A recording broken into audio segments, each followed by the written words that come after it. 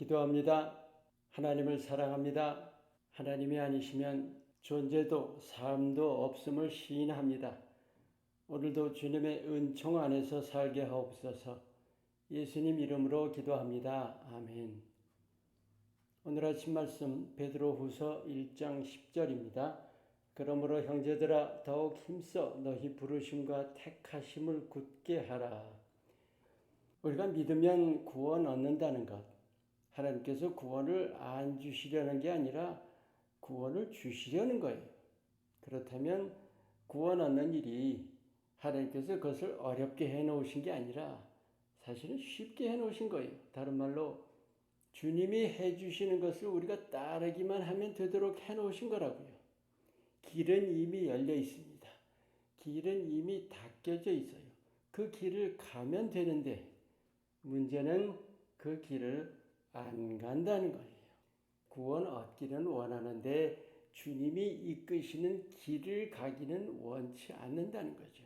우리의 속사람은 원해요. 우리의 영적인 존재는 원하는데 육신이 완강하게 거부한다는 거죠. 오늘 말씀에 더욱 힘써 너희 부르심과 택하심을 굳게 하라.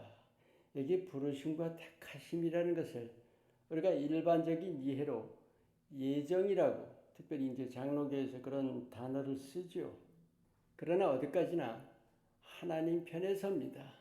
내 편에서 얼마든지 돌아설 가능성이 있는 거예요. 그래서 굳게 하라고 하신 겁니다. 사실은 예정이라는 그 단어를 정확히 표현하면 섭리입니다. 하나님의 섭리. 우리가 그 섭리 안에 있으라는 말씀이죠. 즉 섭리에 우리 자신을 맡겨야 합니다. 하나님은 전지하시고 또 전능하시죠. 시간과 공간을 초월하십니다. 이 세 가지만 가지고도 분명히 알 수 있는 것은 하나님은 in control입니다. 이것이 섭리하심입니다. 모든 것을 아시죠? 모든 것이 가능하시죠? 시간 너머에 계시고, 한마디로 하나님의 계획은 시간에 대한 것이 아닙니다. 우리 식으로 이해해서 이미 하나님의 큰 그림은 그려져 있는 거예요. 하나님께서 그 큰 그림 안에서 섭리하시는 거죠. 우리는 그것을 예정이나 또 운명처럼 이해하려고 하는데 어디까지나 그건 우리가 시간과 공간에 매여 있기 때문에 우리 상황에서의 얘기죠. 하나님께는 이미 큰 그림이 그려져 있다는 그 사실 마음에 잘 새기시기 바랍니다. 그래서 우리가 그 사실을 깨닫는다면 믿음의 삶은 머리를 쓰고 마음을 쓰고 하는 일이 아니에요. 하나님의 섭리 안에 있으면 되는 거예요. 그럼 섭리 밖이라는 게 뭐예요? 내 머리 또 내 욕구를 따라가는 것이죠. 믿음이라는 것은 하나님의 섭리를 받아들이는 것입니다. 그리고 믿음의 삶은 바로 그 섭리에 순순히 응하는 거예요. 순순히 따라가는 거예요.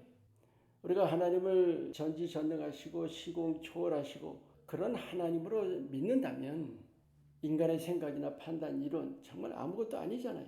우리가 하나님의 하나님 되심을 바로 알아야 합니다. 어떻게 보면 하나님을 바로 안다는 것은 이렇게 고백하는 것과 마찬가지로 나 아무것도 몰라요. 그저 따라가기만 할게요. 바로 그거예요. 그런데 언제나 문제는 내 머리, 내 욕구라는 거죠. 육신의 회방이라는 것이 얼마나 끈질기고 악착같고 정말 완강한지 몰라요. 내 안에서 늘 선과 악이 대립하는데 솔직히 얘기해보세요. 거의 악쪽이 이기지 않나요? 갈라디아서 5장 16절 말씀처럼 우리가 성령을 따라 행하면 육신의 욕심을 이길 수 있습니다. 내가 내 육신과 싸우는 것보다 예수님을 가까이 하는 거예요. 예수님을 손잡는 것이 훨씬 쉬워요. 이건 비교할 수가 없습니다. 우리가 예수님께 깨어 있어서 주님 따르기를 힘쓰다 보면 육신의 회방이 점점 수그러들게 돼 있어요. 분명한 영적인 원리입니다. 결론적으로 하나님의 섭리는 물이 흘러감 같은 것입니다. 그 흐름에 내 자신을 맡길 때, 내가 그 흐름을 타고 있을 때, 그때가 평안이고 그때가 형통입니다. 믿음의 삶 어려운 것이 아니에요. 그 섭리의 흐름에 맡기시기 바랍니다. 바로 이 땅에서 하늘나라를 맛볼 수 있습니다. 아멘. 기도합니다. 우리를 구원하신 참으로 귀하신 그 은혜 밖으로 벗어나지 않게 도와주시옵소서. 주님만 바라보며 주님께 민감하며 잠잠히 주님만 따르게 하옵소서. 예수님 이름으로 기도합니다. 아멘.